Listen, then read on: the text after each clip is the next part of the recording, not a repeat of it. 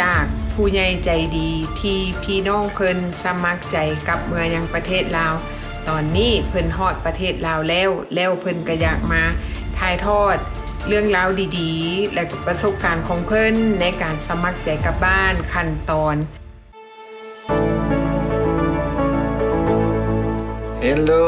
Hello สบายดีทุกคนสบายดีแม่บ้านสบายดีไอ้อุ่นสบายดี FC ทั้งภายในและต่างประเทศมื้อนี้อุ่นนี้มีเรื่องเราแม่นพี่น้องเฮาก็ได้เรื่องมาจากเฮาสิมาเรื่องเราจากผู้สมัครใจกับลาววิธีสิเป็นอะไรนะพี่น้องแม่นเฮาก็ก่อนอื่นเฮาก็ขอบใจจากที่เพิ่นเฮาได้ลมเพิ่นเมื่อคืนนี้เพิ่นก็เล่าเรื่องสู่เฮาฟังว่าเดี๋ยวนี้พี่น้องเพิ่นไปฮอดลาวแล้ววันนี้ใช้แม่บ้านบัดเลยสิถ่ายทอดให้แม่บ้านว่าวิธีเพิ่นสมัครใจกับลาวเพิ่นเฮ็ดวิธีใดเนาะพี่น้องเฮาจะมาเล่าให้ทุกคนฟังว่าการสมัครใจกับบ้านนั้นเป็นแนวใดเพราะว่าเฮาได้รับเรื่องราวจากผู้ใหญ่ใจดีที่พี่น้องเพิ่นสมัครใจกับเมืองยังประเทศลาวตอนนี้เพิ่นฮอดประเทศลาวแล้วเพิ่นก็อยากมาถ่ายทอดเรื่องราวดีๆและก็ประสบการณ์ของเพิ่นในการสมัครใจกับบ้านขั้นตอนการสมัครเขียนฟอร์มสมัครใจกับบ้านนั้นเป็นแนวใดแล้วคนที่กำลังจะเตรียมตัวไปยังประเทศลาวควรเตรียมตัวแบบใดแล้วคนที่ต้องการอยากสมัครใจกับบ้านนั่นควรเฮ็ดแบบใดเพิ่นก็ได้โทรมาเล่าเรื่องราวถ่ายทอดประสบการณ์ของเพิ่นให้พวกเฮาฟังเพื่อเฮาจะได้มาเล่าให้พี่น้องลาวเฮาที่อยู่สหรัฐอเมริกานั่นได้เรียนรู้ไปนํกันว่าประสบการณ์ของเพิ่นนั้นเป็นแบบใดก็คือ1การเขียนฟอร์มก็คือเฮาได้เฮ็ดคลิปที่ผ่านไปแล้วนั่นเนาะว่าฟอร์มมีหยังแดเนาะเพิ่นก็จะมีแบบฟอร์มให้แบบฟอร์มฉบับภาษาอังกฤษก็จะเป็นฉบับภาษาลาวโดยเป็นฉบับต้นฉบับแล้วฉบับที่2ก็จะเป็นฉบับภาษาลาวแล้วมีภาษาอังกฤษปนอยู่เพื่อสำหรับคนใดที่บ่สามารถอ่านภาษาลาวได้ก็จะมีภาษาอังกฤษที่เขียนทับไว้เพื่อจะเป็นแบบอย่างในการเขียนฟอร์มเนาะเฮาก็จะไปเบิ่งว่าแต่ละแถวแต่ละข้อความนั่นที่เป็นภาษาอังกฤษนั่นว่าเขาเจ้าให้เขียนแบบใดแล้วเฮาก็มาเติมใส่ต้นฉบับเนาะเฮาก็จะมีต้นฉบับให้เบิ่งว่าเป็นจังไดเนาะพี่น้องเนาะอันนี้แบบฟอร์มนี้ก็จะเป็นสำเนาเป็นภาษาลาวพร้อมด้วยภาษาอังกฤษที่เขียนใส่อันนี้แม่นแบบอย่างเนาะอันนี้เป็นแบบตัวอย่างว่าเฮาควรเขียนแบบใดสำหรับคนที่บ่ได้ภาษาอังกฤษหลังจากอ่านแล้วเรียบร้อยทำความเข้าใจแล้วจะมาเติมใส่ฟอร์มตัวนี้อันนี้จะเป็นต้นฉบับเป็นออริจินัลที่เฮาต้องเขียนฟอร์มเนาะฟอร์มนี้ก็จะบอกคำแนะนำว่าเขียนฟอร์มแนวใดเนาะคำแนะนำนี่ก็จะเป็นการเสนอขออยู่ลาวแบบถาวรเนาะแม่บ้านจะมาอ่านให้ฟังคืนเพื่อว่าคนใดที่บ่ได้ติดตามคลิปเฮาก่อนหน้านั้นเนาะเฮาจะมาเว้าในคลิปนี้ว่ามีหยังใดเอกสารประกอบมีกรณีและการนำส่งมีหยังใดเนาะทั้งหมดมี15ข้อแต่ละข้อเป็นแนวใดเนาะ1คำห้องดำรงชีวิตอยู่ลาวแบบถาวรนี่3ชุด2ใบแจ้งโทษก็คือ criminal record ที่เฮาต้องไปขอเอาอยู่ศาล3ใบยั่งยืนสุขภาพก็คือ health care เนาะก็คือเขาห้องอย่างก่อนhealth or medical certification อันนี้เฮาก็ต้องไปขอเอาน้ำหมอประจำตัวหรือว่าเฮาไปกวดสุขภาพแล้วเฮาก็เอาใบยั่งยืนนี้มาเพราะเป็นอย่างจึงต้องมีใบ health and medical certification เพราะว่าเวลาเฮาไปฮอดประเทศลาวแล้วอาทิตย์ทำอิฐก็จะมีการกวดสุขภาพแล้วก็รายงานตัวแล้วก็เจ้าก็อ่านระเบียบกฎหมายว่าอยู่เมืองลาวเฮาควรเฮ็ดแนวใดอ่านข้อกำหนดให้เนาะในอาทิตย์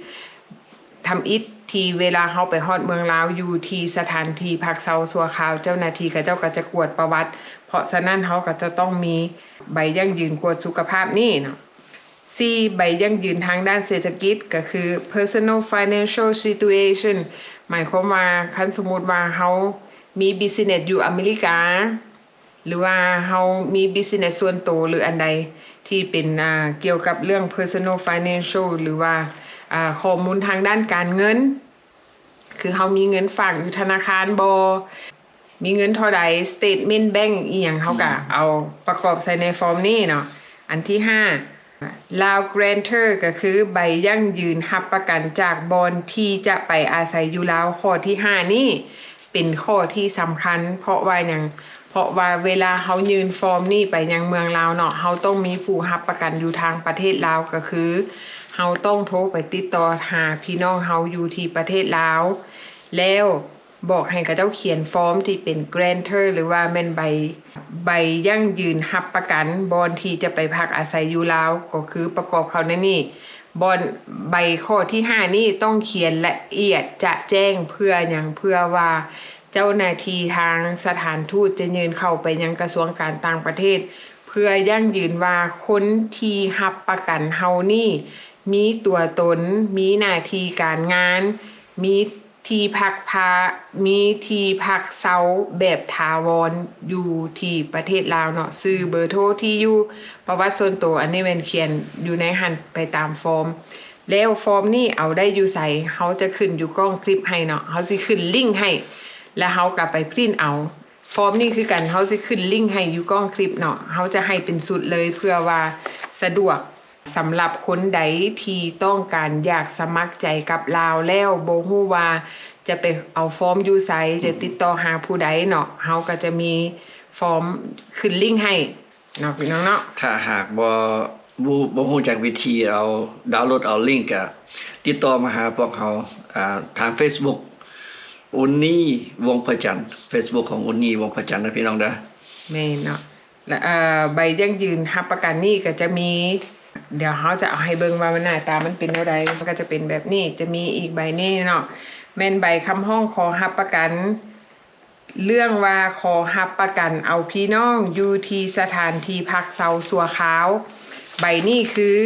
ใบที่มันสำคัญที่จะต้องแนบเอาเข้ากับฟอร์มเพื่อที่จะสมัครใจกับบ้านนั่นเองเนาะพี่น้องเนาะใบนี้ต้องมีเขาจะเขียนชื่อที่อยู่เขาแบบละเอียดใบนี้เนาะแนบติดครับกับเอกสารใบคำห้องนี้เนาะเพื่อที่เขาจะส่งเข้าสถานทูตลาวอยู่ที่วอชิงตันดีซีอันนี้ก็เป็นอีกสุดนึงเนาะบัดนี้ข้อที่6หนังสือยั่งยืนเกี่ยวกับสายพัวพันพลเมืองลาวข้อนี้แม่นเฮาบ่จำเป็นต้องเอาก็ได้เพราะว่าเฮาบ่มีเนาะพี่น้องเนาะอันนี้แม่นบ่สำคัญปานใดข้อที่7ใบยั่งยืนผลงานของตัวเองที่ประกอบส่วนต่อสปป.ลาวอันนี้ถ้าบ่มีก็บ่เป็นหยังเนาะอันที่8แม่นก๊อปปี้หนังสือผ่านแดนพาสปอร์ตนี่เฮาบ่มีสำเนาบัตรประจำตัวหรือใบขับขี่หรือบัตรเขียวหรือ Social Security Card เนาะข้อที่9นี่แม่น Copy ID หรือ Driver License หรือ Green Card ถ้ามีหรือและบัตร Social Security Card อันนี้ต้องมีเนาะสำหรับคนที่อยากสมัครใจกับบ้านคิดว่าบัตรเขียวนี่คือสิบ่มีเนาะสิ่งสำคัญสิ่งต้องมีก็คือ Driver License แล้วก็ Social Security Card เนาะทุกอย่างนี่ copy อย่างละ3สุด3ใบอันที่10แม่นbirth certificate ก็คือใบหนังสือการเกิดถ้ามีคิดว่าสิบ่มีรุ่นสมัยเพราะว่าทุกคนเกิดตั้งแต่อยู่ประเทศลาวหรือว่าเกิดอยู่ศูนย์อันนี้บ่มีก็บ่เป็นหยังเนาะข้อที่11ใบยั่งยืนการแต่งงานกับพลเมืองลาวถ้ามีเนาะถ้าหากว่าผู้ใดได้เฮ็ดหนังสือเอาเมียมาแต่ลาวหรือว่าเมียมาจากเมืองลาวมาอยู่นี่ต้องมี marriage license ถ้าหากว่ามีเนาะ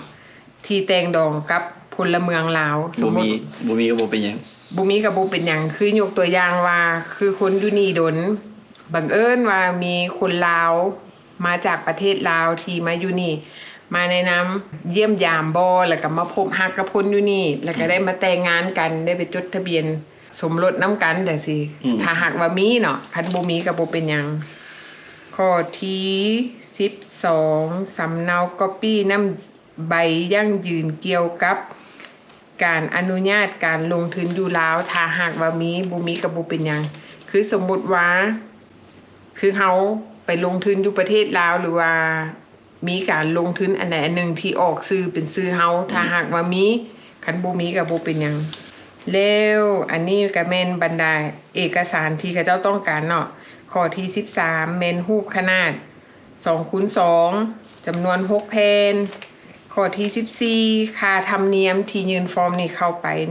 $100สหรัฐส่งเป็น money order เข้า pay to Embassy of Laos PDR เนาะข้อที่15ซองส่งกับ Prepay Priority Return Envelope เขียนที่อยู่จากสถานทูตถึงตัวเองให้แจ้งและถูกต้อง เวลาเขาเขียนเวลาเขาสิส่งหนังสือต้องเฮ็ดแนวใดเบิ่ง เขาก็ไปpost office ก็ไปหาเจ้าเขาก็ไปเอาซองหนังสือมัน mail priority เขาจะมี2ทวิตเขาก็จะ fill แบบว่า from ที่อยู่ของเขาส่งไปหาLao Embassy อยู่ Washington DC แล้วก็ make sure ว่ามันลงทะเบียนเนาะแล้วก็อันใบที่2เขาก็บอกเจ้าหน้าที่อยู่ post office ว่าก็จะใบที่สำหรับที่2เขาจะว่า sell envelope return ก็เจ้าเพิ่นติดสแตมป์ให้ดอก print out ติด label ให้แต่ว่าเขาก็เขียนใส่ from Lao U Embassy Washington DC to ส่งกลับคืนมาที่อยู่ของเขาเนาะอันนี้ซองส่งกลับเนี่ยเป็นซองที่สำคัญเนาะพี่น้องเนาะ Return Envelope หมายความว่าซองที่สถานทูตเวลาหนังสือเฮาได้รับการตอบรับว่าเฮาจะได้รับการตอบรับโดยที่เพิ่นเตรียมเอกสารการเดินทางของเฮาเพื่อจะกลับคืนเมืองลาวเนาะอันนั้นแม่นสำคัญก็คือเฮาเขียนชื่อที่อยู่เฮาให้ละเอียดว่าส่งกลับมาหาเฮาเนาะจาก Washington DC ลาว Embassy Washington DC to ถึงไผถึงเฮาเองเนาะเฮาก็เขียนชื่อที่อยู่เฮาใส่ให้ละเอียดเบอร์โทรให้ละเอียดแล้วอย่าลืมลงทะเบียนมันจะมีเจี้ยน้อยๆให้เฮาลงทะเบียนเพื่อหยังเพื่อว่าเฮาคีปแทร็กว่าหนังสือเฮาไปฮอดใส่เพื่อป้องกันว่าเอกสารนี่มันสำคัญถ้าหากว่าเวลาเขาเอามาส่งเฮาอยู่บ้านเวลาเฮาบ่อยู่เจ้าหน้าที่เขาเจ้าก็จะนำเอกสารนี่คืนไปอยู่ post office เพื่อเฮาจะได้ไปนำติดต่อเอาก็ก็จะห้อง register mail เมนเพราะว่าอย่างเพราะว่าเอกสารมันสำคัญคือสมมติว่าคันเฮาบ่เฮ็ด register mail หรือว่าลงทะเบียนเกี่ยวกับเอกสารเนาะเขาเอามาทิ้งไว้อยู่หน้าบ้านบางเทื่อมันเหี่ยมันเสียเขาก็จะ track บ่ได้เฮา keep track บ่ได้ถือว่าเฮา lost ไปเลยเนาะพี่น้องแล้วเฮาสิไปทวงกับสถานทูตก็ยากเพราะว่าเวียกเพิ่นก็หลายอันนี้เฮาละเอียดหลายเท่าใดแห่งดีเกี่ยวกับการส่งหนังสือกลับคืนมาหาเฮาเองเนาะพี่น้องเนาะอันนี้แม่นเฮาก็ฝากไว้ว่าทุกคนต้องแบบว่าด้วยความละเอียดการเขียนเจี้ยเขียนซอซื้อที่อยู่ต้องให้ละเอียดจะแจ้งเบอร์โทรก็ให้จะแจ้งเพื่ออย่างเพื่อการติดต่อถ้าหากว่าสถานทูตเพิ่นอยากติดต่อหาเฮาจะได้มีความสะดวกเนาะหลังจากนั้นหมายเหตุเนาะเขาสิมาอ่านให้หมายเหตุให้ฟังเพิ่นจะบอกว่าเอกสารทั้งหมดข้างถึงจะต้องส่งให้สถานทูตลาวที่วอชิงตันดีซีพิจารณาก่อนซึ่งต้องใช้เวลา10วันทางราชการถ้าเห็นว่าเอกสารครบถ้วนตามเงื่อนไขแล้วสถานทูตจะนำส่งกลับคืนหาเจ้าของเพื่อเอาไปยื่นต่อและติดตามเองอยู่กรมพัวพันคนเสื้อชาติลาวอยู่ต่างประเทศกระทรวงการต่างประเทศที่นครหลวงเวียงจันทร์เพื่อพิจารณาขั้นตอนต่อไปเนาะพี่น้องแล้วก็มีที่อยู่ของสถานทูตที่เขาจะส่งเอกสารเข้าไปแล้วก็มีเบอร์อีเมลเนาะพี่น้องแล้วก็มีเบอร์โทรเบอร์แฟกซ์อันนี้หลังจากเพิ่นได้รับหนังสือเฮาแล้วเพิ่นติดต่อมาไปหาพลเมืองลาวเลยอยู่ประเทศลาวว่าเพิ่นทางหนังสือเพิ่นได้รับแล้วเพราะฉะนั้นภายใน10มื้อนี่ล่ะพี่น้องแม่นแล้ววันนั้นก็หลังจากนั้นให้พี่น้องอยู่ทางลาวเนาะไปติดตามสถานที่ที่แม่บ้านอ่านมาเมื่อกี้นี่แหละ เพราะว่าหลังจาก10 มื้อที่สถานทูตอยู่วอชิงตันดีซีเพิ่นได้รับเอกสารเฮาแล้วเพิ่นก็จะโทรมาบอกเฮาว่าโอเคข่อยได้รับเอกสารของเจ้าแล้วที่ส่งไปและหลังจากนั้นเพิ่นก็จะส่งไปยังกระทรวงการต่างประเทศอยู่เมืองลาวแล้วหลังจากนั้นเพิ่นก็จะติดต่อหาพี่น้องเฮาอยู่ที่ประเทศลาวติดต่อหาพี่น้องเฮาผู้ใดอยู่ไสเพิ่นก็จะติดต่อหาตามฟอร์มที่เฮาเขียนไปก็คือใบ grantor ก็คือใบคำห้องรับประกันนั่นเองเนาะเพิ่นจะติดต่อหาตามนั่นนะโทรหาพี่น้องแล้วหลังจากนั้นเฮาพี่น้องเฮาอยู่เมืองลาวค่ะไปติดต่อทวงถามอยู่ที่กระทรวงการต่างประเทศโดยไปตามอยู่ที่ติดตามอยู่ที่กรมพัวพันคนเสื้อชาติลาวอยู่ต่างประเทศกระทรวงการต่างประเทศที่นครหลวงเวียงจันทน์เนาะคันสมมุติเพิ่นบ่โทรไปหาเฮาก็ระหว่าง10ปลายมื้อเฮาก็ไปทวงเอารถแม่นเฮาไปนำหนังสือเฮาแม่นเพิ่นบอกว่าให้ติดตามเองแม่นอันนี้หรือว่าคนอยู่ต่างประเทศเนาะที่เฮายื่นหนังสือไปแล้วหลังจาก2 อาทิตย์แล้วถ้าหากว่าเฮายังบ่ทันได้ยินข่าวจากเจ้าหน้าที่อยู่ที่สถานทูตเฮาก็ต้องมันติดต่อโทรทวงถามเพิ่นว่าหนังสือเฮาฮอดไสแล้วเนาะเพื่อจะถามว่าเอกสารเฮาไปฮอดไสเพิ่นต้องการหยังเพิ่มเติมบ่อันนี้เฮาก็ต้องติดต่อถามเพิ่นบัดนี้เฮาจะมาเว้าถึงว่าคนที่เพิ่นไปแล้วเพิ่นก็บอกเฮาว่าโอ้เอกสารเพิ่นก็ประกอบฟอร์มตามนี่แหละตามที่เฮาเล่ามาแล้วเพิ่นก็ประสบผลสำเร็จและเพิ่นก็ฮอดประเทศลาวแล้วเพิ่นก็อยากฝากบอกว่าสำหรับคนใดที่กำลังจะถูกส่งตัวไปยังประเทศลาวหรือว่าบุคคลใดที่มีรายชื่อที่จะถูกส่งไปยังประเทศลาวหรือว่ามีรายชื่อที่ถูกเนรเทศแต่ว่าเฮาก็บ่ฮู้ว่าไปไสเนาะเฮาบ่ฮู้เทื่อว่าเฮาจะได้ถูกส่งไปลาวบ่หรือว่าส่งไปบ่อนอื่นแต่ว่าคนที่มีรายชื่อที่จะถูกส่งนั่นแม่นควรเตรียมตัวแบบใดก็คือการเตรียมตัวคือเกี่ยวกับเรื่องเงินเรื่องเฮือนเรื่องทรัพย์สินเว้าโดยรวมว่าเกี่ยวกับเรื่องทรัพย์สินส่วนตัวว่าซั่นๆเนาะพี่น้องเนาะทรัพย์สินก็มีเงินอยู่ธนาคารเงิน 401k ถ้าหากว่ามีหรือว่าธุรกิจส่วนตัวที่เฮาเฮ็ด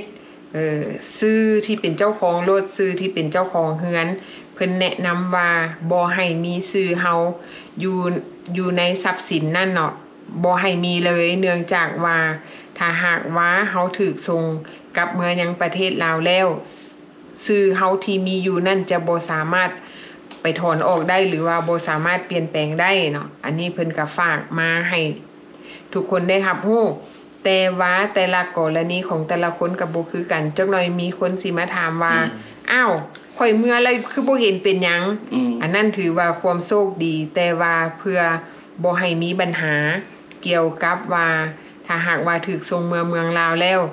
เฮือนก็เป็นชื่อเฮาก็บ่สามารถขายได้เพราะว่ามันเป็นชื่อเฮารถเฮาก็บ่สามารถโอนให้คนอื่นได้เพราะว่าเฮาก็ยังต้องเซ็นแม่นต่อและอีกอย่างหนึ่งคือกรณีคนใดที่ยังเป็นหนี้เฮือนมีเฮือนเป็นชื่อเฮาแต่ว่ายังมีหนี้ยังจ่ายบ่เบิดเนาะรถก็เป็นของเฮาแต่ว่าเฮาก็ยังจ่ายบ่เบิดหรือว่าเฮาไปอยู่อพาร์ตเมนต์เฮาก็ยังจ่ายค่าเรนต์หรือว่าค่าเช่ายังบ่เบิดอันนี้ถ้าหากว่าเฮาถูกส่งเมืองยังประเทศลาวเขาอาจจะยึดทรัพย์เฮาก็มีแบบว่าบ่ทันถึงส่งแต่อันนี้เฮาว่าถึงแบบพวกไอซ์มาจับเฮาทันทีแม่นถ้าหากแบบว่าเฮาบ่ได้ตั้งตัวอย่างเทื่อแม่นคันไอซ์จับเนาะของพวกนี้เฮาก็บ่ฮู้ว่าเขาเจ้าสิฟรีซทรัพย์สินของเฮาไว้หรือบ่หรือเขาจะอายัดเงินเฮาไว้หรือบ่เพราะว่าตามที่ประสบการณ์ของคนที่เขาเจ้าเมื่อแล้วเขาเล่าให้ฟังว่าเฮาบ่ควรมีชื่อเฮาอยู่ในทรัพย์สินถ้าหากว่าเฮามีความเสี่ยงที่จะถูกเจ้าหน้าที่ไอซ์จับกุมหรือว่าเฮาถูกจับเข้าไปอยู่ใน detention center แล้วเฮายังมีโอกาสโทรมาบอกคนทางบ้านว่า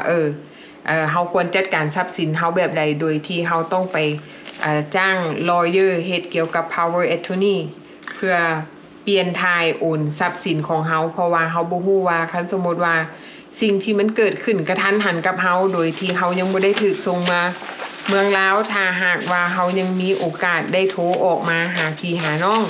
อันนี้มันก็ยังพอมีโอกาสบางคนบ่มีโอกาสเลยถูกจับไปแล้วบ่สามารถติดต่อหาพี่หาน้องได้ แต่ว่าสิ่งสำคัญคนใดที่ยังบ่ทันถูกเจ้าหน้าที่ไอ้จับหรือว่ายังบ่ทันได้ไปเช็คอินหรือไปรายงานตัวสิ่งที่ควรเฮ็ดก็คือต้องมาจัดการเกี่ยวกับทรัพย์สินของตัวเองว่าเฮาควรเฮ็ดแนวใดถ้าหากว่าเฮาถูกจับแล้วเงินคำของเฮาหรือว่าทรัพย์สินส่วนตัวของเฮามันจะตกไปถึงมือผู้ใดอันนี้เฮาพิจารณาแล้วก็คิดเอาเองจักหน่อยสิมาว่าโอ้ย้อนผู้นั้นว่าผู้นี้ว่าหลายๆคนว่าก็เฮาก็เอามาเรียนรู้เพื่อเฮาสิเอามาพิจารณาว่าสิ่งที่เฮาควรเฮ็ดไว้ล่วงหน้าเฮาควรเตรียมตัวแบบใดถ้าหากว่าเฮาถูกจับไปแล้วอันนั้นมันจะเกิดความยุ่งยากหลายที่สุดอันนั้นออปชั่นนะออปชั่นที่ตอนที่เฮายังบ่ได้ถูกจับเทื่อคนที่เฮาไปเฮ็ดpower attorney ไว้สำหรับเวลาเฮาถูกจับไปแล้วมันสิยากเพราะว่าเวลาเฮาถูกจับไปแล้วเพราะว่าไอ้ก็เจ้าสิย้ายเฮาไปตลอดได้เฮาบ่ฮู้ว่าสิย้ายไปถึงรัฐใดเพราะฉะนั้นมันยากที่กลับไปเฮ็ด power attorney ตอนที่เฮายังอยู่ที่มีโอกาสเฮาเฮ็ดให้เป็นเรียบร้อยหรือว่าคันเฮาย้านเฮาก็บ่ต้องให้มีชื่อเฮาอยู่ในทรัพย์สินเลยเฮาต้องเชื่อใจว่าเมียหรือว่าลูกเฮากันไว้เพื่อว่าพระเจ้าสิฟรีเอาข้าวเฮาเพราะว่าเฮามีโทษบางทีสมมุติเฮามีโอนชาสปอร์ตหรือว่าตัดติดหนี้IRS จังซี่นะก็เจ้าสามารถสิฟรีข้าวเฮาได้เฮาก็บ่ฮู้ว่าเจ้าหน้าที่จับเฮาไปแล้วก็เจ้าสิเฮ็ดหยังสำหรับเงินขับกำแก้วเฮาเนาะเฮาก็บ่ฮู้อันนี้สำหรับแต่ละคนก็เคสแต่ละคนก็บ่คือกันเนาะเอาไปพิจารณาเบิ่งว่าควรสิเฮ็ดแนวใดเนาะแต่ละคนเนาะแม่นอันนี้แม่นประสบการณ์จากผู้ที่เพิ่นสมัครใจกับเมืองลาวแล้วเพิ่นแนะนำว่าบ่ควรมีชื่อเฮาอยู่ในทรัพย์สินที่เฮามีถ้าหากว่าเฮามีความเสี่ยงจะถูกเจ้าหน้าที่ไอซ์จับเพราะว่าคันถูกจับไปแล้วมันยากที่จะไปเอาออกหรือเอาคืนหรือเอาเคลื่อนย้ายทรัพย์สินของเฮาเพื่อจะให้ไปตกถึงลูกเมียหรือว่าสมาชิกในครอบครัวอันนั้นมันสร้างความลำบากแล้วก็ความยุ่งยากอันนั้นยากอีกอย่างนึงเฮาก็เฮาสิรีบเอาลิงก์ของ lawyer ที่เขาจะออกมาอธิบายระหว่าง 4-5 นาทีนี่ล่ะอยู่ทั้งลุ่มนี่เฮาสิเอาคันเขาจะสิแปลภาษาอังกฤษว่าภาษาอังกฤษอันนี้ออกจาก lawyer ที่เขาจะมาอธิบายให้ฟังเกี่ยวกับ asset ของเฮาเนาะแม่นหรือว่าเนาะพี่น้องลาวเฮาหรือว่าสมาชิกครอบครัวคนลาวเฮาคนใดที่มีรายชื่อมีความเสี่ยงเวลาไปเช็คอินแล้วย่านถูกเจ้าหน้าที่ไอ้จับอันนี้ทุกคนก็ไปซอกหาข้อมูลว่าสิ่งที่เฮาเว้าออกไปนั่นเฮาควรเชื่อหรือว่าเฮาควรฟังหูไว้หูหรือว่าเฮาควรไปค้นคว้าเอาเองรีเสิร์ชเอาเองเนาะเพื่ออย่างอันนี้เป็นผลประโยชน์ของตัวเองเนาะบ่ได้เป็นผิดผลประโยชน์ของไผอันนี้แม่นแนะนำว่าให้ไปค้นคว้าว่าโอเคสิ่งที่เพิ่นเว้ามามันแม่นหรือมันบ่แม่นอันนี้ก็ไปพิจารณาค้นคว้าตื่มอีกอย่างนึงสมมุติว่าหนังสือ proof จากลาว embassy ของเฮาเนาะก็จะส่งมากลับขึ้นมาทางลาว embassy อยู่อเมริกาวันนั้นก็จะส่งหนังสือ travel document มาให้เฮาแม่นแล้วเพราะว่าหยังเนื่องจากว่าเป็นหยังเฮาจึงมี return envelope เนาะมีซองจดหมายกลับคืนนั่นน่ะความหมายว่าซองใหญ่แล้วมีซองน้อยใส่ข้างในเป็นซองเป่านั่นเป็นซองส่งกลับคืนมาหาเฮาเพราะว่าถ้าหากว่าทางกระทรวงการต่างประเทศอยู่เมืองลาวเพิ่นออกหนังสือเดินทางเอกสารการเดินทางให้เฮาแล้วเพิ่นจะส่งมายังสถานทูตลาวอยู่วอชิงตันดีซีแล้วเพิ่นจะเอาใส่ซองที่เฮาเขียนไปนั่นแหละส่งคืนมาหาเฮาซองนั่นแหละคือซองที่เฮาควรว่าเขียนชื่อที่อยู่เบอร์โทรให้ละเอียดที่สุดแล้วก็เขียนให้มันถูกเพื่อเพิ่นจะส่งกลับคืนมาหาเฮาเนาะเวลาเขียนต้องให้ละเอียดถ้าหากว่าบ่แน่ใจก็ต้องถามเจ้าหน้าที่อยู่ไปรษณีย์อยู่ post office ว่าโอ้อันนี้แม่น return envelope มันถูกต้องบ่ค่อยเขียนถูกบ่ ถามเขาเพื่อความแน่นอน แล้วอย่าลืม register mail เนาะพี่น้อง